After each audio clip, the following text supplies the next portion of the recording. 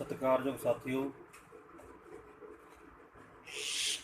मैं हरविंदर सिंह रजवाल अज आप सारे नाल फतेह की अर्ज करदा। वाहिगुरू जी का खालसा, वाहिगुरू जी की फतेह।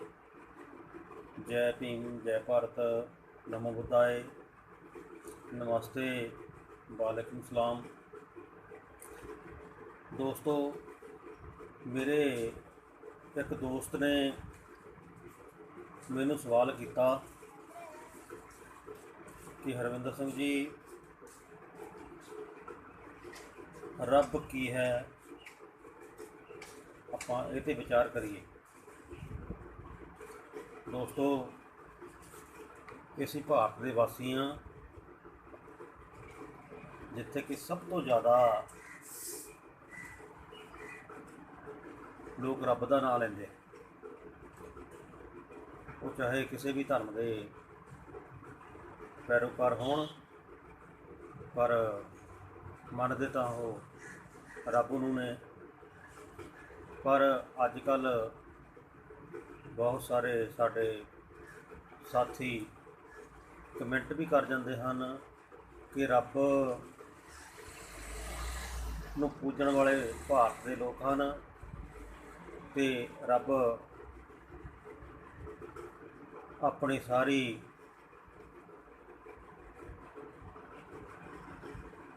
किरपा उन्हां देशां ते लुटा रहा, उन्हां देशां नूं वर दे रहा जिहड़े रब नूं मनदे नहीं,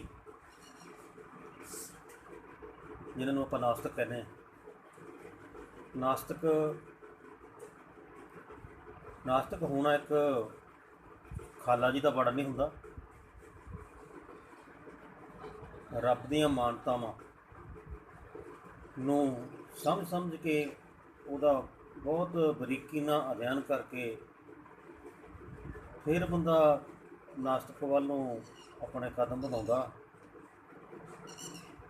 आस्तिकता तो साडे बचपन दे विचों, साडे परिवारां दे विचों जमदे तो लैके जदों जदों सानूं सोझी आउंदी है साडे ते भर दित्ती जांदी है। असीं जिस भी धर्म दे विच जन्म लैंदे आ, जो कर्म कांडां दे विच जन्म लैंदे आ, वो साडे आस्था बन जाती है। दोस्तों, इस आस्था के झंझट विचों निकलण लई बहुत अध्ययन करना पैंदा। हुण आपां गल करदे हां कि रब नूं आपां इन्ना मनदे हां, साडे भारत दे नाल जिहड़े भी देश ज़्यादा रब नूं मनदे आ, उत्थों के लोग गरीब हैं। कारण की? लोकां दी अमीरी, लोकां दी आर्थिकता, लोकां दी तरक्की, लोकां दा विकास उस देश की भूगोलिक स्थिति के अनुसार हुंदा। भारत नूं किसी जमाने के सोने की चिड़ी कहा जाता है। नाल ये भी दस्सिया जाता है कि भारत के इतिहास के विच बहुत सारे हमलावरां ने हमले किए ते सोने की चिड़ी नूं मिट्टी का कां बना के रख दिता, सोना सारा ही लै गए। पर यह बिल्कुल सच नहीं है। जो अज भी साडे विश्व के देश ने वड्डे, वो भारत नूं अज भी सोने की चिड़ी वांग ही देखते हैं, क्योंकि भारत के सब तो वड्डा खजाना जो भारत के सिर के उत्ते अज ताज है, नक्शे में देख लो, वो है हिमालय पर्वत, जिहड़ा पूर्व तो लैके दक्षिण पश्चिम तक, पूर्व तो लैके पश्चिम तक उत्तर वाले पासे भारत के उत्ते एक बहुत ही कुदरत का दिता हुआ ताज आ, जिहड़ा भारत नूं एक पासों सुरक्षा भी दिंदा, उहदे नाल नाल भारत की जो जलवायु है उन्होंने पानी, मींह, होर पता नहीं किते ठंडक, किन्नी लक्कड़, किन्नी ऑक्सीजन, किन्ना होर कीमती जड़ी बूटियां भंडार, रेता बजरी सारा भरिया पिया वो भंडार साडे कोले बहुत कीमती है। ਜੋ ਨਿਰੰਤਰ ਸਾਡੀਆਂ ਨਦੀਆਂ ਦੇ ਵਿੱਚ ਪਾਣੀ ਆਉਂਦਾ ਉਹ ਹਿਮਾਲਿਆ ਪਰਬਤ ਦੇ ਕਰਕੇ ਆ, ਜਿਹਦੇ ਨਾਲ ਸਾਡੀ ਧਰਤੀ ਬਹੁਤ ਉਪਜਾਊ ਹੋਈ ਹੈ। ਜੋ ਅਸੀਂ ਆਪਣਾ ਵੱਖ ਵੱਖ ਤਰ੍ਹਾਂ ਦਾ ਅਨਾਜ, ਫਸਲਾਂ, ਫਰੂਟ ਜੋ ਸਾਨੂੰ ਮਿਲ ਰਹੇ ਹਨ, ਇਹ ਸਾਰਾ ਹਿਮਾਲਿਆ ਪਰਬਤ ਦੀ ਦੇਣ। ਸੋ ਦੋਸਤੋ, ਉਸ ਤੋਂ ਬਾਅਦ ਸਾਡੀ ਧਰਤੀ ਦੇ ਵਿੱਚੋਂ ਬਹੁਤ ਸਾਰਾ ਲੋਹਾ ਨਿਕਲਦਾ ਤੇ ਨਾਲ ਕੋਲਾ ਨਿਕਲਦਾ। ਫਿਰ ਸਾਡੀ ਧਰਤੀ ਕਿਸ ਤਰ੍ਹਾਂ ਗਰੀਬ ਹੋਈ। ਉਸ ਤੋਂ ਬਾਅਦ ਸਾਡੇ ਪੂਰਬ ਤੋਂ ਲੈ ਕੇ ਦੱਖਣ ਤੋਂ ਹੁੰਦੀ ਹੋਈ ਪੱਛਮ ਤੱਕ ਫਿਰ ਸਾਡੇ ਸਰਹੱਦ ਦੇ ਨਾਲ ਸਮੁੰਦਰ ਲੱਗਦਾ। ਉਹ ਸਾਰਾ ਸਮੁੰਦਰ ਭਾਰਤ ਦੇ ਬਿਨਾਂ ਕਿਸੇ ਦੇਸ਼ ਦੇ ਜਵਾਬ ਦਾ, ਉੱਥੇ ਭਾਰਤ ਦਾ ਆਪਣਾ ਹੀ ਹੱਕ ਹੈ। ਕਿੰਨੀਆਂ ਬੰਦਰਗਾਹਾਂ, ਕਿੰਨੇ ਸਮੁੰਦਰੀ ਪਦਾਰਥ, ਜੋ ਖਾਦ ਪਦਾਰਥ, ਮੱਛੀ ਵਗੈਰਾ, ਉਹ ਸਾਰੀ ਸਮੁੰਦਰ ਵਿੱਚੋਂ ਨਿਕਲਦੀ ਆ। ਹੋਰ ਹੀਰੇ ਜਵਾਹਰਾਤ, ਤੇਲ, ਸਾਰਾ ਸਮੁੰਦਰ ਦੇ ਵਿੱਚੋਂ ਭਾਰਤ ਨੂੰ ਮਿਲ ਰਿਹਾ। ਉੱਧਰਲੇ ਪਾਸਿਓਂ ਵੀ ਭਾਰਤ ਬਹੁਤ ਅਮੀਰ ਦੇਸ਼ ਹੈ। ਹੁਣ ਆਪਾਂ ਵਾਪਸ ਆਉਂਦੇ ਹਾਂ ਵੀ ਇੰਨਾ ਅਮੀਰ ਦੇਸ਼ ਕੁਦਰਤੀ ਤੌਰ 'ਤੇ ਹੁੰਦਾ ਹੋਇਆ ਭਾਰਤ ਫਿਰ ਵੀ ਗਰੀਬ ਹੈ। ਇਹ ਕਿਉਂ? ਇੱਥੋਂ ਦੇ ਲੋਕ ਗਰੀਬ ਆ ਕਿਉਂ? ਬਹੁਤ ਗਿਣਤੀ ਲੋਕ ਗਰੀਬਾਂ ਦੀ ਹੈ ਇੱਥੇ। ਕਾਰਨ ਕੀ ਹੈ ਕਿ ਜਦੋਂ ਵੀ ਸਾਡੇ ਹਮਲਾਵਰ ਆਏ ਭਾਰਤ ਦੇ ਵਿੱਚ, ਉਹ ਸਾਡੇ ਇਹਨਾਂ ਕੁਦਰਤੀ ਖਜ਼ਾਨੇ ਦੇ ਕਰਕੇ ਆਏ। ਉਹਨਾਂ ਨੇ ਆਉਂਦਿਆਂ ਨੇ ਜਦੋਂ ਇੱਥੇ ਸੱਤਾ ਸਥਾਪਿਤ ਕੀਤੀ, ਸਭ ਤੋਂ ਜ਼ਿਆਦਾ ਉਹ ਖਜ਼ਾਨੇ ਨੂੰ ਲੁੱਟਿਆ, ਖਜ਼ਾਨੇ ਦੀ ਆਮਦਨ ਨੂੰ ਲੁੱਟਿਆ। ਖਜ਼ਾਨਾ ਤਾਂ ਲੁੱਟ ਨਹੀਂ ਸਕਦੇ, ਕਿਉਂਕਿ ਹਿਮਾਲਿਆ ਪਰਬਤ ਕੋਈ ਚੱਕ ਕੇ ਨਹੀਂ ਲੈ ਕੇ ਜਾ ਸਕਦਾ, ਸਮੁੰਦਰ ਕੋਈ ਚੱਕ ਕੇ ਨਹੀਂ ਲੈ ਕੇ ਜਾ ਸਕਦਾ। ਧਰਤੀ ਦੇ ਜੋ ਹੇਠਲੇ ਦੱਬਿਆ ਹੋਇਆ ਖਜ਼ਾਨਾ ਲੋਹਾ, ਜਿੰਨਾ ਨਿਕਲਦਾ ਉਹਨਾਂ ਹੀ ਲੈ ਕੇ ਜਾਣਗੇ, ਅਤੇ ਕੋਈ ਉਹ ਸਾਰਾ ਧਰਤੀ ਤਾਂ ਲੈ ਕੇ ਨਹੀਂ ਜਾ ਸਕਦਾ ਕੋਈ। ਇਸੇ ਤਰੀਕੇ ਨਾਲ ਸਾਡਾ ਭਾਰਤ ਅੱਜ ਵੀ ਉਸੇ ਤਰ੍ਹਾਂ ਹੀ ਖਜ਼ਾਨੇ ਨਾਲ ਭਰਿਆ ਹੋਇਆ, ਪਰ ਉਹਦੇ ਉੱਤੇ ਜੋ ਕਾਬਜ਼ ਲੋਕ ਨੇ ਸਾਡੀ ਸੱਤਾ ਦੇ ਉੱਤੇ, ਪਹਿਲਾਂ ਵੀ ਜਦੋਂ ਹਮਲਾਵਰ ਬਾਹਰਲੇ ਆਉਂਦੇ ਸੀ ਇੱਥੇ ਕਾਬਜ਼ ਹੁੰਦੇ ਸੀ, ਉਦੋਂ ਵੀ ਅੱਜ ਵੀ ਉਹ ਸੱਤਾ ਨਾਲ ਸੰਬੰਧਿਤ ਥੋੜ੍ਹੇ ਜਿਹੇ ਲੋਕ ਇਹਨਾਂ ਕੁਦਰਤੀ ਸਾਧਨਾਂ ਦੇ ਉੱਤੇ ਕਾਬਜ਼ ਹਨ। ਸਾਡੇ ਲੋਕਾਂ ਨੂੰ ਤਾਂ ਉੱਥੇ ਲੇਬਰ ਵੀ ਨਹੀਂ ਮਿਲਦੀ। ਪਹਿਲਾਂ ਮਿਲਦੀ ਹੁੰਦੀ ਸੀ, ਜਦੋਂ ਮਸ਼ੀਨੀ ਯੁੱਗ ਆ ਗਿਆ ਅਤੇ ਲੇਬਰ ਵੀ ਬੰਦ ਹੋ ਗਈ। ਕੁਦਰਤੀ ਖਜ਼ਾਨੇ ਕੱਢਣ ਦੇ ਵਿੱਚ ਲੇਬਰ ਨੂੰ ਕੰਮ ਮਿਲਦਾ ਹੁੰਦਾ, ਸਿਰਫ ਲੇਬਰ, ਦਿਹਾੜੀਦਾਰ, ਮਜ਼ਦੂਰ। ਉਹਨਾਂ ਦਾ ਕੁਦਰਤੀ ਸਾਧਨਾਂ 'ਤੇ ਹੱਕ ਨਹੀਂ, ਸਿਰਫ ਘੱਟ ਤੋਂ ਘੱਟ ਦਿਹਾੜੀ ਦੇ ਕੇ ਉਹਨਾਂ ਤੋਂ ਉਹ ਕੰਮ ਕਰਵਾਇਆ ਜਾਂਦਾ ਸੀ। ਜੋ ਅੱਜ ਤਾਂ ਕੰਮ ਹੀ ਖੋਲ੍ਹਿਆ, ਮਸ਼ੀਨਾਂ ਨੇ ਲੈ ਲਿਆ ਅਤੇ ਭਾਰਤ ਦੇ ਲੋਕ ਇਸ ਤਰ੍ਹਾਂ ਗਰੀਬ। ਮੈਂ ਦੱਸਣਾ ਚਾਹੁੰਦਾ, ਸਾਡਾ ਪਿੰਡ ਸਤਲੁਜ ਦਰਿਆ ਦੇ ਨਾਲ ਪੈਂਦਾ। ਸਾਡੇ ਪਿੰਡ ਦੇ ਲੋਕ, ਬਹੁਤ ਸਾਰੇ ਲੋਕ, ਕਈ ਬੇਲਚਾਂ ਦੇ ਨਾਲ ਰੇਤਾ ਭਰਦੇ ਹੁੰਦੇ ਸੀਗੇ। ਉਹ ਸਵੇਰੇ ਤੜਕੇ ਜਾਂਦੇ ਹੁੰਦੇ ਸੀ, ਤਕਰੀਬਨ ਸ਼ਾਮ ਨੂੰ ਜਦੋਂ ਵਾਪਸ ਆਉਣਾ ਉਹਨਾਂ ਦੀ ਜੇਬਾਂ ਭਰੀਆਂ ਹੁੰਦੀਆਂ ਸੀ। ਉਹਨਾਂ ਨੂੰ ਅੱਜ ਵੀ ਪੁੱਛ ਕੇ ਦੇਖ ਲਓ ਵੀ ਉਹ ਕਈ ਬੇਲਚਾ ਲਾ ਕੇ ਦਰਿਆ ਦੇ ਵਿੱਚ ਜਿੱਥੇ ਕਿ ਪਾਣੀ ਨਹੀਂ ਹੁੰਦਾ ਸੀ ਉੱਥੇ ਖੜ੍ਹ ਜਾਂਦੇ ਸੀ। ਗੱਡੀਆਂ ਸ਼ਹਿਰੋਂ ਆਉਂਦੀਆਂ ਸੀ, ਟਰੱਕ, ਉਹ ਰੇਤੇ 'ਤੇ ਭਰਦੇ ਸੀ, ਉਹ ਭਰ ਕੇ ਲੈ ਜਾਂਦੇ ਸੀ। ਸਰਕਾਰ ਦਾ ਕੰਮ ਸੀ ਉਹਨਾਂ ਮਜ਼ਦੂਰਾਂ ਕੋਲ ਨਹੀਂ ਜਾਣਾ, ਲੇਕਿਨ ਰਾਸਤੇ ਵਿੱਚ ਰਾਇਲਟੀ ਵਾਲੇ ਜੋ ਠੇਕੇਦਾਰ ਹੁੰਦੇ ਸੀ, ਉਹ ਟਰੱਕਾਂ ਤੋਂ ਇੱਕ ਪਰਚੀ ਕੱਟਦੇ ਹੁੰਦੇ ਸੀ ਰਾਇਲਟੀ ਦੀ, ਜੋ ਟੈਕਸ ਸਰਕਾਰ ਨੂੰ ਜਾਂਦਾ ਸੀ।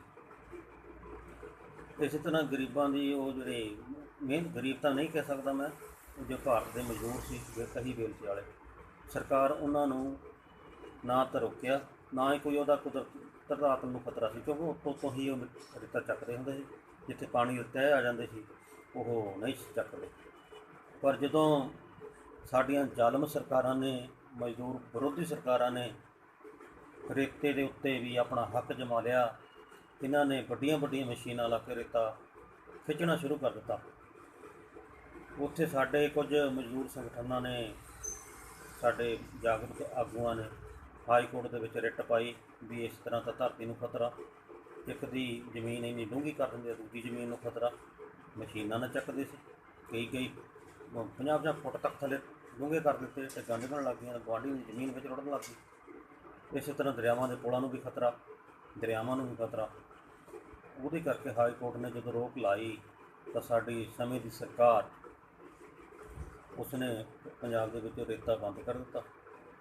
ਰੇਤਾ ਬੰਦ ਕਰਨ ਦੇ ਵਜ੍ਹਾ ਨਾਲ ਕਾਗਜ਼ਾਂ 'ਚ ਰੇਤਾ ਬੰਦ ਹੋ ਗਿਆ, ਲੇਕਿਨ ਦੂਜੇ ਪਾਸੇ ਰੇਤਾ ਮਾਫੀਆ ਨੂੰ ਸਰਗਰਮ ਕਰ ਦਿੱਤਾ, ਖੁੱਲ੍ਹ ਦੇ ਦਿੱਤੀ, ਤੁਸੀਂ ਜਿੰਨਾ ਮਰਜ਼ੀ ਲੁੱਟੋ ਰੇਤਾ। ਉਹਨਾਂ ਨੇ ਰਾਤੋਂ ਰਾਤ ਸਾਡੇ ਦਰਿਆਵਾਂ ਦੇ ਜੋ ਛਾਤੀ ਪਾੜ ਦਿੱਤੀ ਦਰਿਆਵਾਂ ਦੀ। ਸਾਨੂੰ ਪਤਾ ਵੀ ਰਾਤ ਨੂੰ ਪੂਰੀ ਰਾਤ ਕਿੰਨੇ ਟਿੱਪਰ ਆਟੋਮੈਟਿਕ ਜੋ ਮਸ਼ੀਨਾਂ ਨਾਲ ਲੋਡ ਹੁੰਦੇ ਆ ਅਤੇ ਡਾਊਨਲੋਡ ਜਦੋਂ ਖਾਲੀ ਹੁੰਦੇ ਆ ਉਹ ਵੀ ਆਟੋਮੈਟਿਕ ਲਿਫਟਾਂ ਰਾਹੀਂ ਨਵੇਂ ਟਿੱਪਰ ਆ ਗਏ। ਉਹ ਵੀ ਇੰਨੇ ਅੰਬਾਰ ਰਾਤ ਨੂੰ ਰੇਤੇ ਦੇ ਜੋ ਸ਼ਹਿਰਾਂ ਨੂੰ ਗਏ, ਵੱਖ-ਵੱਖ ਸ਼ਹਿਰਾਂ ਨੂੰ ਭਰ ਕੇ ਗਏ। ਲੇਕਿਨ ਬੰਦ ਹੋਣ ਦੀ ਜੋ ਦੂਸਰੀ ਇੱਕ ਪੱਖ ਸੀ ਕਿ ਲੋਕਾਂ ਨੂੰ ਬੰਦ ਕਹਿ ਕੇ ਉਹ ਰੇਤਾ ਇੰਨਾ ਮਹਿੰਗਾ ਕਰ ਦਿੱਤਾ, ਜਿਹੜਾ ਕਿ ਟਰੱਕ 2500-2600 ਦਾ ਟਰੱਕ ਸਾਡੇ ਸ਼ਹਿਰਾਂ ਵਿੱਚ ਮਿਲਦਾ ਸੀ, ਉਹ 30-30, 35-35, 40-40 ਹਜ਼ਾਰ ਦਾ ਟਰੱਕ ਇਹਨਾਂ ਨੇ ਵੇਚਿਆ। ਬੜੀ ਲੁੱਟ ਮਚਾਈ। ਸੋ ਭਾਵ ਇੱਥੇ ਕਹਿਣ ਦਾ ਇਹ ਆ ਕਿ ਉਹ ਮਜ਼ਦੂਰਾਂ ਨੂੰ ਉਹਨਾਂ ਦੇ ਵਿੱਚੋਂ ਕਿੰਨੇ ਪੈਸੇ ਗਏ।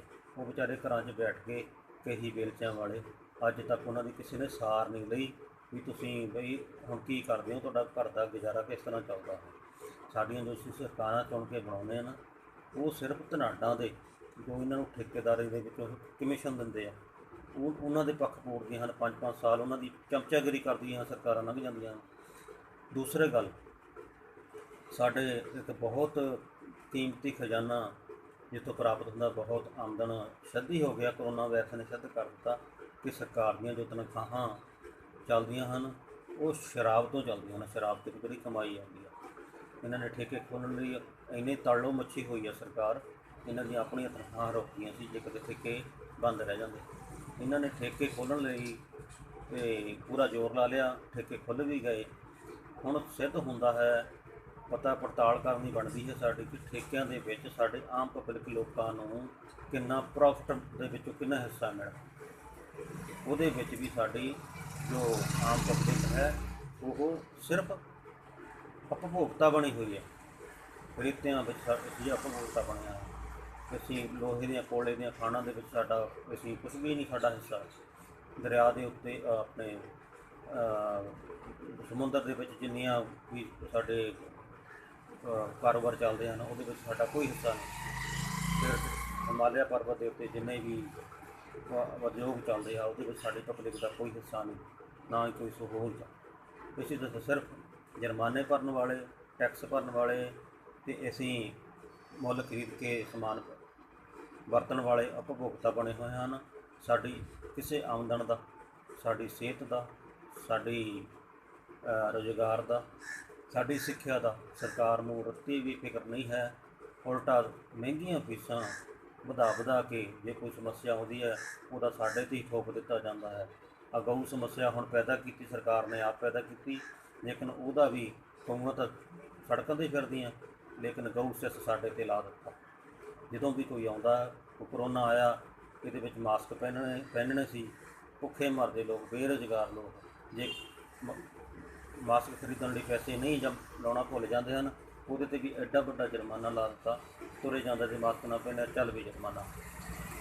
ਇੰਨੇ ਟੈਕਸ ਟਰਾਂਸਪੋਰਟ ਦੇ ਵਿੱਚ ਸਾਡੇ ਕੋਲੇ ਜੇ ਅਸੀਂ ਮਹਿੰਗਾ ਤੇਲ ਪਵਾ ਕੇ ਕਿਤੇ ਜਾਣਾ ਹੁੰਦਾ, ਉਦੋਂ ਸਾਡੀ ਗੱਡੀ ਪੈਂਚਰ ਹੁੰਦੀ, ਸਾਡੇ ਪੈਂਚਰ ਲਵਾਉਣ ਲਈ ਪੈਸੇ ਨਹੀਂ। ਲੇਕਿਨ ਸਰਕਾਰ ਨੇ ਟਰਾਂਸਪੋਰਟ ਦੇ ਜੋ ਜੁਰਮਾਨੇ ਸੀ ਉਹ ਇੰਨੇ ਕਰ ਦਿੱਤੇ, ਉਹ ਜੁਰਮਾਨਾ ਉਹਨਾਂ ਦੀ ਗੱਡੀ ਨਹੀਂ ਹੁੰਦੀ ਸਾਡੀ, ਜਿੰਨੇ ਉਹ ਜੁਰਮਾਨੇ ਕਰ ਦਿੱਤੇ। ਅਤੇ ਸਰਕਾਰ ਸਾਡਾ ਖੂਨ ਪੀਣ 'ਤੇ ਲੱਗੀ ਹੋਈ ਹੈ। ਹੁਣ ਗੱਲ ਕਰਦੇ ਹਾਂ ਕਿ ਰੱਬ ਕੀ ਕਰਦਾ। ਸਾਡੇ ਸਤਿਗੁਰੂ ਨਾਨਕ ਦੇਵ ਜੀ ਮਹਾਰਾਜ ਨੇ ਬਾਣੀ ਦੇ ਵਿੱਚ ਲਿਖਿਆ, ਏਤੀ ਮਾਰ ਪਈ ਕੁਰਲਾਣੇ ਤੈ ਕੀ ਦਰਦ ਨਾ ਆਇਆ। ਏਤੀ ਮਾਰ ਪਈ ਕੁਰਲਾਣੇ ਤੈ ਕੀ ਦਰਦ ਨਾ ਆਇਆ। ਜਦੋਂ ਬਾਬਰ ਨੇ ਆ ਕੇ ਭਾਰਤ 'ਤੇ ਹਮਲਾ ਕੀਤਾ ਸੀ ਨਾ, ਉਹਨੇ ਬੜੀ ਲੁੱਟ ਮਚਾਈ ਸੀ, ਤਾਂ ਸਾਡੇ ਸਤਿਗੁਰੂ ਨਾਨਕ ਦੇਵ ਜੀ ਮਹਾਰਾਜ ਨੇ ਇਹ ਗੱਲ ਕਹੀ ਸੀ ਕਿ ਇੰਨੀ ਮਾਰ ਪੈ ਗਈ ਤੈਨੂੰ ਦਰਦ ਹੀ ਨਹੀਂ ਆਇਆ।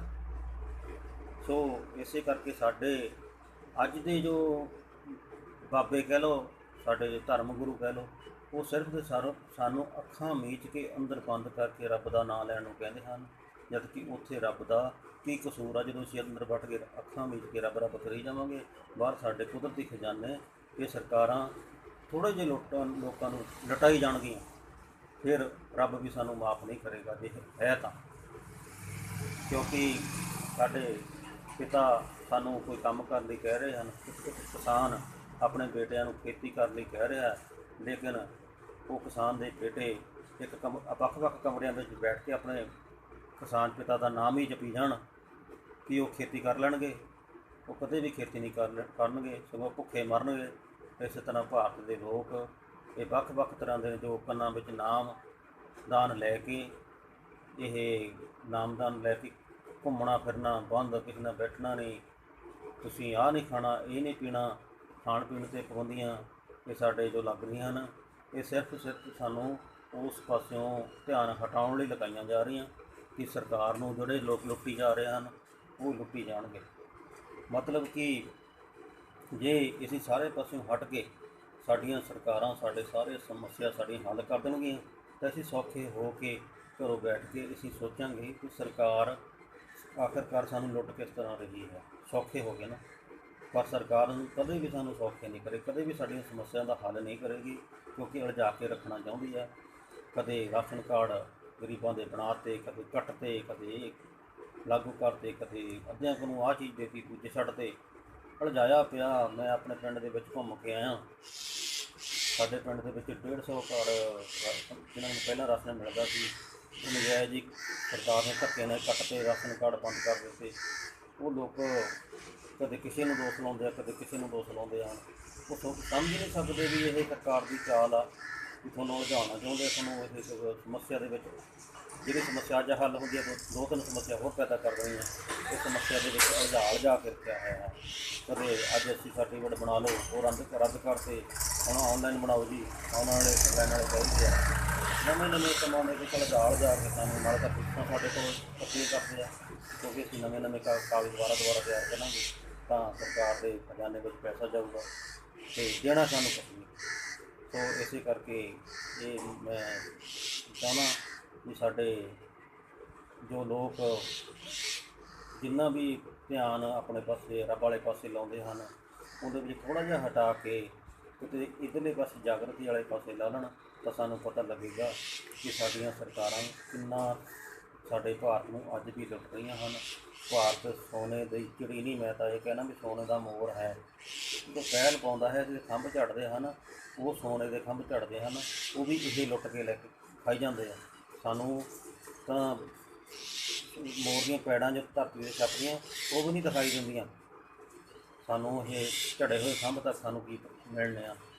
ਸਾਡੇ ਜੋ ਪਹਿਲੇ ਵੀ ਹਮਲਾਵਰ ਇੱਥੇ ਆਏ, ਚਾਹੇ ਮੁਗਲ ਆਏ, ਚਾਹੇ ਅੰਗਰੇਜ਼ ਆਏ, ਜਾਂ ਹੋਰ ਵੀ ਆਏ, ਉਹ ਸਿਰਫ ਮੋਰ ਦੇ ਝੜੇ ਹੋਏ ਖੰਭ ਹੀ ਲੈ ਕੇ ਗਏ। ਸੋਨੇ ਦਾ ਮੋਰ ਹਲੇ ਵੀ ਪਹਿਲਾਂ ਪਾਉਂਦਾ, ਉਹ ਸਾਨੂੰ ਦਿਖਦਾ ਨਹੀਂ। ਸਾਰੇ ਭਾਰਤੀਆਂ ਨੂੰ ਸਾਨੂੰ ਇਹ ਚੀਜ਼ ਵੱਲ ਧਿਆਨ ਦੇਣਾ ਪੈਣਾ। ਸੋ ਦੋਸਤੋ, ਹਲੇ ਵੀ ਜਾਗਣ ਦਾ ਵੇਲਾ, ਆਪਾਂ ਜਾਗੀਏ, ਇਹ ਦੇਖੀਏ ਸਾਡੇ ਭਾਰਤ ਦੇ ਖਜ਼ਾਨੇ ਨੂੰ ਕੌਣ ਲੁੱਟ ਰਿਹਾ ਹੈ। ਕਿਹੜਾ ਖਜ਼ਾਨਾ ਜੋ ਸਾਡੇ ਹੱਕਾਂ ਤੱਕ, ਸਾਡੇ ਘਰਾਂ ਤੱਕ ਪਹੁੰਚਣਾ ਚਾਹੀਦਾ ਸੀ, ਉਹ ਸਾਰੇ ਸਾਧਨ ਇਹਨਾਂ ਨੇ ਘਰਾਂ 'ਤੇ ਬੰਦ ਕਰ ਦਿੱਤੇ। ਹੁਣ ਦੇਖੋ ਜੀ, ਜਿਹੜੇ ਸਭ ਤੋਂ ਜ਼ਿਆਦਾ ਸਰਕਾਰ ਨੇ ਆਪ ਕਿਹਾ ਵੀ ਸਾਨੂੰ ਇਸ ਚੀਜ਼ ਤੋਂ ਆਮਦਨ ਆ, ਸਭ ਤੋਂ ਜ਼ਿਆਦਾ ਸ਼ਰਾਬ ਤੋਂ ਆਮਦਨ ਹੈ। ਸਾਡੇ ਲੋਕ ਸ਼ਰਾਬ ਪੀਂਦੇ ਤਾਂ ਹਨ, ਕਿੰਨੇ ਲੋਕਾਂ ਦੀਆਂ ਸ਼ਰਾਬ ਦੀਆਂ ਦੁਕਾਨਾਂ ਖੋਲ੍ਹੀਆਂ, ਆਮ ਲੋਕਾਂ ਦੀਆਂ, ਉਹ ਸਭ ਧਨਾਡਾਂ ਦੀਆਂ, ਧਨਾਡ ਕੰਪਨੀਆਂ ਦੇ ਗਰੁੱਪ ਬਣਾ ਕੇ ਇਹਨਾਂ ਨੇ ਸ਼ਰਾਬਾਂ ਚਾੜ੍ਹਤੀਆਂ। ਦੂਜੇ ਪਾਸੇ ਆਪਣੇ ਲੋਕਾਂ ਦੀਆਂ ਫੈਕਟਰੀਆਂ ਚਲਾਤੀਆਂ ਇਹਨਾਂ ਨੇ, ਗੰਦੀ ਤੋਂ ਗੰਦੀ ਸ਼ਰਾਬ ਲੋਕਾਂ ਨੂੰ ਇਹ ਮਹਿੰਗੇ ਤੋਂ ਮਹਿੰਗੇ ਭਾਅ 'ਤੇ ਵੇਚਦੇ ਆ। ਅਤੇ ਜੇ ਉਹ ਅਸੀਂ ਸੈਂਪਲ ਚੈੱਕ ਕਰਾਂਗੇ ਨਾ ਵਿਦੇਸ਼ਾਂ ਵਿੱਚ ਜਾ ਕੇ, ਆਪਣੇ ਸਾਰੀ ਅੰਗਰੇਜ਼ੀ ਤੋਂ ਦੇਸੀ ਤੱਕ ਹੀ ਅੰਗਰੇਜ਼ੀ ਦੇ ਸੈਂਪਲ ਵੀ ਫੇਲ ਹੋ ਜਾਣ। ਇੰਨੀ ਗੰਦੀ ਸ਼ਰਾਬ ਇਹ ਸਾਡੇ ਮਜ਼ਦੂਰਾਂ ਨੂੰ, ਸਾਡੇ ਲੋਕਾਂ ਨੂੰ, ਆਮ ਲੋਕਾਂ ਨੂੰ ਪਿਲਾ ਰਹੇ ਹਨ। ਉਹਨਾਂ ਨੂੰ ਦੁਖੀ ਹੋ ਕੇ ਬੰਦਾ ਕਰੂਗੀ, ਜਦੋਂ ਬੰਦਾ ਘਰ ਦੇ ਵਿੱਚ ਹਰ ਸਮੱਸਿਆ ਦੇ ਵਿੱਚ ਘਿਰਿਆ ਹੁੰਦਾ, ਉਹਨਾਂ ਨੂੰ ਚੱਕ ਕੇ ਸ਼ਰਾਬ ਪੀਣੀ ਪੈਂਦੀ ਹੈ। ਵਿਦੇਸ਼ਾਂ ਦੇ ਵਿੱਚ ਦੇ ਜੇ ਲੋਕ ਦਾਰੂ ਪੀਂਦੇ ਵੀ ਹੈ ਨਾ, ਉਹ ਖੁਸ਼ੀ ਮਨਾਉਣ ਲਈ ਪੀਂਦੇ ਆ, ਆਪਣੀ ਇੰਜੋਇਮੈਂਟ ਲਈ ਪੀਂਦੇ ਆ। ਪਰ ਸਾਡੇ ਲੋਕ, ਭਾਰਤ ਦੇ ਲੋਕ ਆਪਣੇ ਦੁੱਖ ਭੁਲਾਉਣ ਲਈ ਸ਼ਰਾਬ ਪੀਂਦੇ ਹਨ। ਦੁੱਖ ਆ ਜਿਹੜੇ ਸਾਡੇ 'ਤੇ ਲੱਗੇ ਹੋਏ ਆ, ਸਮੇਂ ਦੀਆਂ ਸਰਕਾਰਾਂ ਨੇ ਲੱਗੇ ਹੋਏ ਆ। ਸੋ ਦੋਸਤੋ, ਆਓ ਜਾਗਣ ਦਾ ਵੇਲਾ ਹੈ, ਆਪਾਂ ਜਾਗਣਾ। ਇਹ ਜਿੰਨਾ ਚਿਰ ਇੱਥੋਂ ਜਾਗਦੇ ਨਹੀਂ, ਇਹ ਆਜ਼ਾਦੀ ਸਾਨੂੰ ਆਪਣੀ ਮਾਨਸਿਕ ਆਜ਼ਾਦੀ ਲੈ ਲੈਣੀ ਪੈਣੀ ਆ। ਅਸੀਂ ਹਲੇ ਭਾਰਤ ਦਾ ਆਜ਼ਾਦ ਹੋ ਗਿਆ, ਪਰ ਇਹ ਅਸੀਂ ਮਾਨਸਿਕ ਤੌਰ 'ਤੇ ਗੁਲਾਮ ਆ।